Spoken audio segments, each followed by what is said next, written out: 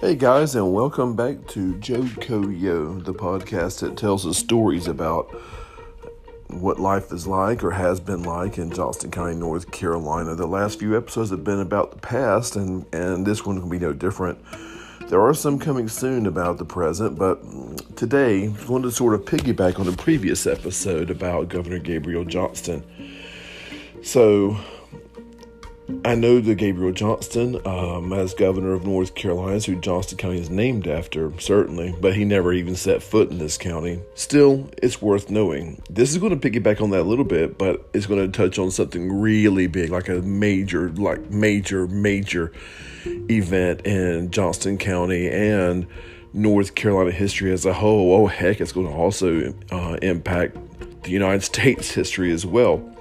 So jumping right into it, I want to just give you some background. Governor Gabriel Johnston, governor of North Carolina, served 18 years, more than any other governor in North Carolina history, whether royal or modern or what have you.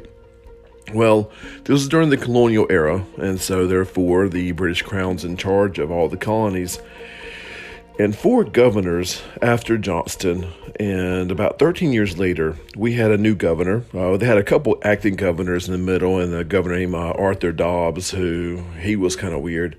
But the governor we're going to concern about today is, and one that really impacts Johnston County, is a governor named William Tryon. Now, you maybe have heard of Governor Tryon. He was the one that wanted to build Tryon Palace in New Bern.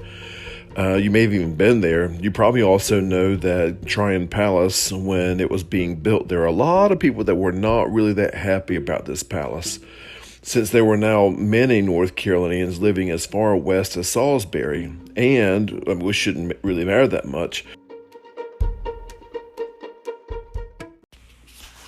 But all colonial business had to be conducted at the new palace all the way in New Bern. So now if you live in Salisbury or say Hillsborough or way out there, that makes things a bit complicated. And what makes it even worse is that taxes were collected to pay for this palace, which again was fine if you lived near New Bern, but not if you lived in Hillsborough. But if you live in Hillsborough or Salisbury, the chances that you're ever going to see this palace that you have to pay your taxes to keep up are like minimum. I mean, there are no interstates back then. So you're paying taxes to support this thing. And really, just to go along with that, especially in the West, like there are some people in the West who still didn't feel the reach of the benefits of being a royal colony. I mean, besides the palace, you don't get the support because they're so far away. And really, if you look at American history at all, paying taxes and not seeing the benefits, yeah, that's really not a thing that a lot of people like to do. And then, or even now for that matter. So there are a lot of people that are going to be very angry against the crown and everything that is associated with the crown, including this palace and including Governor William Tryon. Look, simply just read the list of grievances and abuses that Thomas Jefferson accuses the king of in the Declaration of Independence, and you'll get an idea why they were so mad. I mean, just copy, paste. So many in the West felt that power, to state it really mildly, was in the East.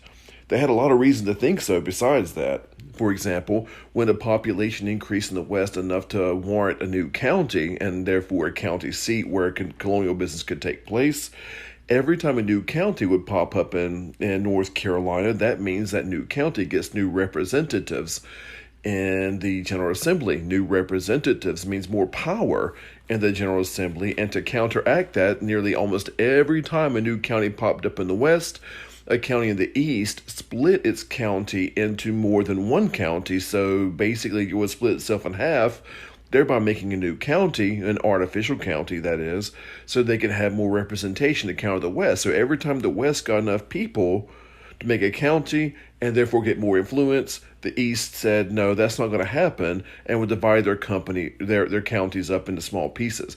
That's why if you look at a map of North Carolina and check out the northeast corner, you see these little finger counties way up in the northeast corner, little teeny itty bitty little counties like Pasquotank and Perquimans. all those counties are there just to counteract really the growing influence of the West. So, Johnston County is in a really weird position. It sort of straddled both the West and East. Now, Johnston County is settled mostly on the Neuse River and its tributaries, as was New Bern, which, that's at the mouth. And New Bern, of course, is the colonial capital. But it also stretched at the time all the way out to Orange County, including modern-day Wake. Yes, guys in Raleigh, you used to be part of Johnston County. No matter how much you tried to deride us and make little Facebook posts about how backwards we are, we used to own you, so chill.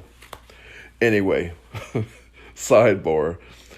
So some people on the Neuse in Johnston County, like later on because we called Smithfield, and the little town of Boone Hill, not town but community, may have been aware of the anger towards New Bern, but they really didn't feel it like some people like James Robertson in the Shotwell community. Now, if you don't know where Shotwell community is, there's a Shotwell Road right outside of Clayton. It straddles the modern-day Wake-Johnston County border. But at the time, it was squarely in the middle of Johnston County and sort of rural, as it still is today. But people like James Robertson was pretty upset about it, feeling like there's a lot of abuses taking place. He's a landowner, having to pay taxes, but again, not really seeing the benefits. So again, near Clayton. Many people like Robertson had had enough of the abuse of power and the colonial threats of land confiscation for non-payment on time and in colonial currency. Some of these guys don't have access to colonial currency, and you couldn't just pay with it like a goat. And on top of that, any complaints meant that you were talking out against the crown. And if you dare talk out against the crown to other people, you could be accused of sedition, which is a big, big, big crime, and that means jail time, which also equates out to confiscation of land. These people are feeling pretty pressed. On top of that, some tax collectors were being accused, and there's some evidence of it. Some, not all, but some, were being accused of abusing their jobs and their positions and overcharging taxes and pocketing whatever they were charging over, putting their own pocket, getting rich. And now, was that taking place? There's some evidence for it, yes. So, the anger is going to build up and build up and build up, and it finally all came to a head in Hillsborough, which at the time was on the western side of the state. In Hillsborough in 1770, we have a full-on riot against a particularly odious judge. They really accused him of a lot of bad stuff. So much did it come to a head, some people dragged him off the bench and dragged him into the street, and some lawyers.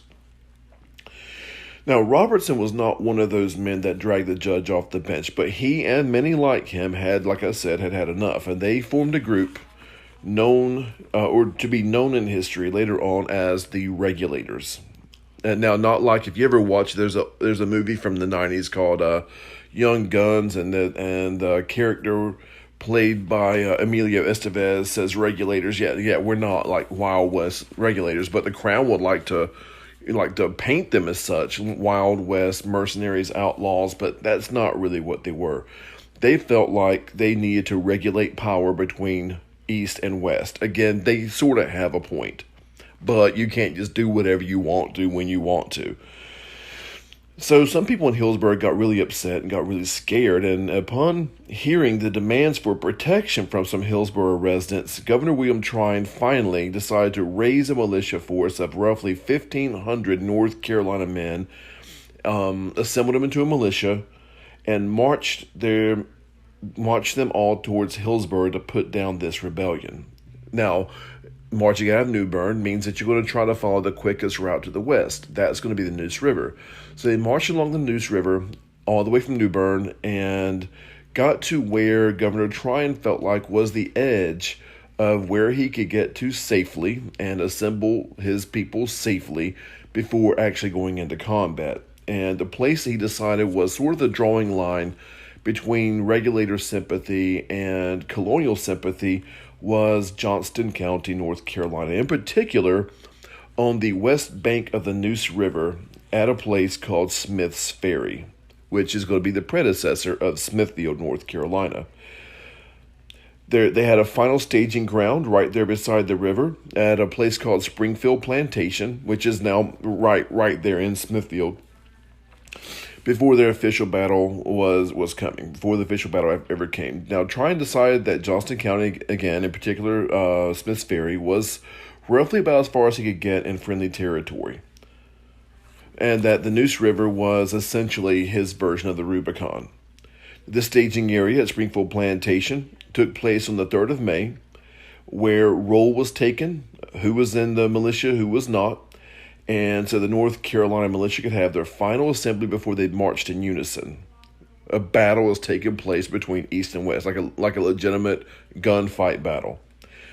Now, in Smithfield, you have two brothers, William Bryan and his brother Needham Bryan. They actually benefited greatly from the Neuse River trade. They were tobacco farmers and tobacco warehouse owners, and they were really supporters of the crown. I mean, you're not going to bite the hand that feeds you. Needham himself was the commander of the Johnston County Militia and was appointed by the North Carolina governor. So they're sympathetic towards the crown and towards Governor Tryon. And so, again, here we have guys in the rural areas like James Robertson and Needham Bryan in Smithfield, not so rural area. We're having conflict. So from Springfield Plantation, they marched to Alamance Creek just to the west of Hillsborough, and was the heart of the Regulator movement. They marched in, found some regulators. The colonial militia was badly outnumbered, but they're also heavily armored, heavily gunned, heavily armed, whereas the Regulator people had more people, but not as many or as good weapons. And the Battle of Alamance commenced. It ended quickly. I wouldn't even really call it a battle. Just a few people got hurt. But it pretty much exposed the rift between these colonists. Tryon won, but Tryon did not find North Carolina very favorable. He basically hated the place, and eventually, very soon afterwards, left to become governor of New York, which, well, that's not going to last long either. On the other hand, the Regulators that were defeated, James Robertson included, decided that he would not live under a corrupt colonial rule anymore. So he picked up his stuff and he went west. He was going to go beyond the reach of the colonial government. He was going to go to the other side of the mountains. He actually had a friend that lived out there that they had known in previous encounters. Now, James Robertson's not the guy who just stays on his farm his whole life. He goes places. And in one of his travels, he meets up with a guy you may have heard of named Daniel Boone. And so he marches out there with, again, several Regulator groups, but not just in one wave, in multiple waves. There were enough of them that they were going to form something called the Watauga Settlement. Now, James Robertson's friends, his friend Daniel Boone, helped with making deals with Native Americans, helping them find land where the creeks were. So, sort of a surveyor of sorts. Robertson also worked closely with a man named John Sevier when some things went bad in some trades between Native Americans and other Westerners. Sevier County in Tennessee is named for him. And there's also a man who worked very closely with James Robertson. His name is John Donaldson. And John Donaldson, along with James Robertson, are going to eventually write the first charter for a new town they're going to settle way far away from the colonial capital of New Bern, called Nashboro. You may know it today as the city of Nashville. And so James Robertson, along with John Donaldson, are going to invent Nashville, Tennessee. They're also going to help to, later on, write a new constitution for a new state once the revolution is over with, called, again, Tennessee, formed out of the leftovers of the Watauga settlement. Now, one thing about this is kind of cool so far, but it gets even cooler whenever you find out that John Donaldson, again, friend and colleague of James Robertson from around Clayton, North Carolina, well, he's the father of a lady named Rachel Donaldson. Rachel Donaldson is going to catch the eye of a young man from Salisbury who, while he was not a Regulator, he certainly felt like a Regulator. I mean, all of his sympathies matched up nearly perfectly. Well, Rachel Donaldson and this young guy from Salisbury, originally from South Carolina, are going to meet, get married, fall in love, all that business. And that young man's named Andrew Jackson, the same Andrew Jackson that will later become president. Robertson is going to be a bit of a mentor, and all the documentation shows they have a very healthy correspondence back and forth. Robertson's sort of a mentor for Andrew Jackson, and this anti-government, small government, anti-corrupt government stuff that you see in Andrew Jackson as president, his actions, his mentality, his letters, all that is from the influence of John Robertson.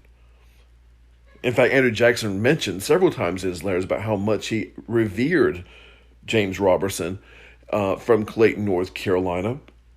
They were in close correspondence. So Donaldson, young Andrew Jackson, and Johnston County's James Robertson helped form the new state of Tennessee, fought for the new American nation of the Revolution, and are seen as founding fathers of one of our states.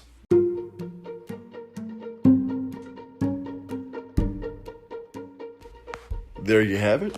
Thanks for listening to this episode. I believe it's number 6. Thank you, listeners that have commented on Facebook and on Twitter.